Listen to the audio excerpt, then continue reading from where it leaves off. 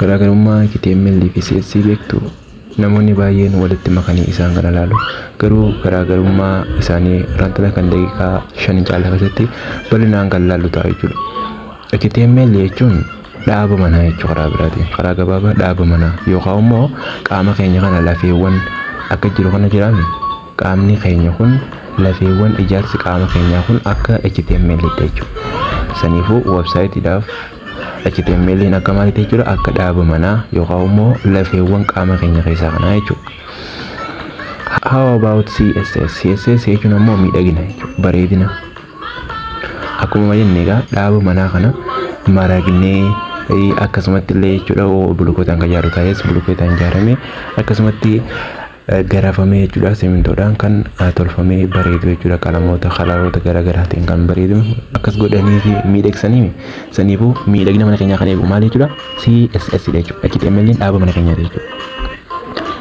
Kanarraa kan keenya jechuudha HTML qabiyyee fi caasaa websaayitii kan qabatu yoo ta'u ammoo CSS miidhaginaa fi diizaayina websaayitii keenyaa kan eegudha jechuudha. HTML malee jechuudha websaayitiin bareeduu hin danda'u akkasumatti CSS malee websaayitiin malee jechuudha miidhaguu hin danda'u which means HTML malee websaayitiin hin ijaaramu which means fakkeenyaaf amma web development keessatti fakkeenyaaf amma websaayitiin nuti ijaaru san HTML CSS fi akkasumatti JavaScript dhaan ijaarree jenne dirqama maal jechuudha HTML akka dhaabaa maaliif jechuudha mana keenyaa san barbaachisu sanitti websaayitiidhaaf HTML akka dhaabaa manatti isa tajaajila jechuudha. Dhaabni manaa yoo hin jiraanne egaa bareedinni jiraare which means bareedina isa ijaartan isa godhama yoo maal ta'e qofa jechuudha yoo dhaabni manaa isa jiraate qofa mana bareechita malee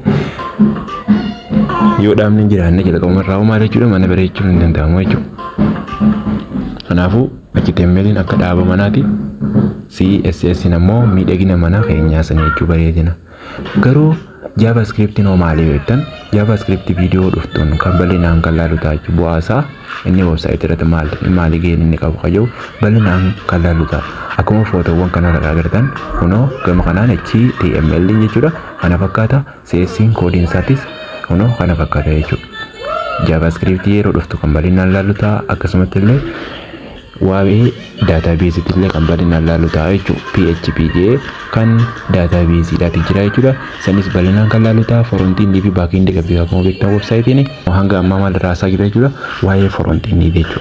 Which means kan useriidhaaf maal ta'u display ta'u yookaan mul'atu jechuudha. Garuu ammoo warri background ta'ee hojjetu backing jechuudha. Sanis bal'inaan kan laalu ta'a jechuudha yeroo dhuftu. Waan dhaggeeffatanii guddaa galatoomaa. Thank you so much.